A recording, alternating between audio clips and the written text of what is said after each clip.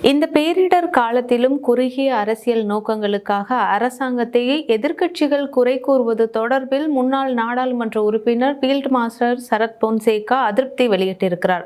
நாட்டின் தற்போதைய நிலை தொடர்பாக அவர் ஊடகங்களுக்கு கருத்து தெரிவிக்கும் போதே இவ்வாறு தெரிவித்திருக்கிறார். இது தொடர்பில் அவர் மேலும் பல கருத்துக்களை முன்வைத்திருக்கிறார். அதாவது, இயற்கை அனர்த்தம் என்பது எல்லா ஆட்சியாளர்களுக்கும் ஒன்றுதான். கடந்த காலங்களிலும் வெள்ளம் ஏற்பட்டிருக்கிறது. எந்த ஆட்சியாளர்களாக இருந்தாலும் இயற்கை அனர்த்தத்தின் இறுதி விளைவானது ஒன்றாக தான் இருக்கும்.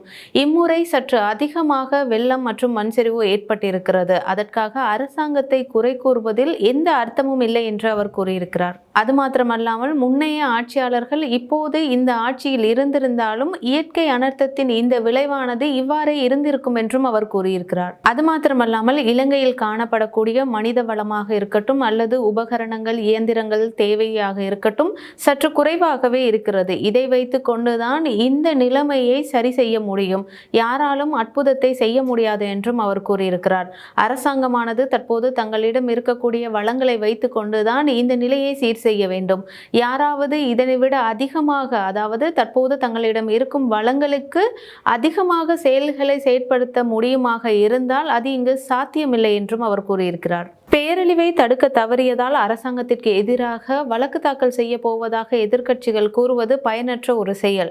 இயற்கை அனர்த்தத்தை யாராலும் எதுவும் செய்ய முடியாது. இவ்வாறு இருக்கும் பட்சத்தில் குறுகிய அரசியல் நோக்கங்களுக்காக இவ்வாறு அரசாங்கத்தை குற்றம் சாட்டுவது ஒரு முறையற்ற செயல் என்று அவர் கூறியிருக்கிறார்.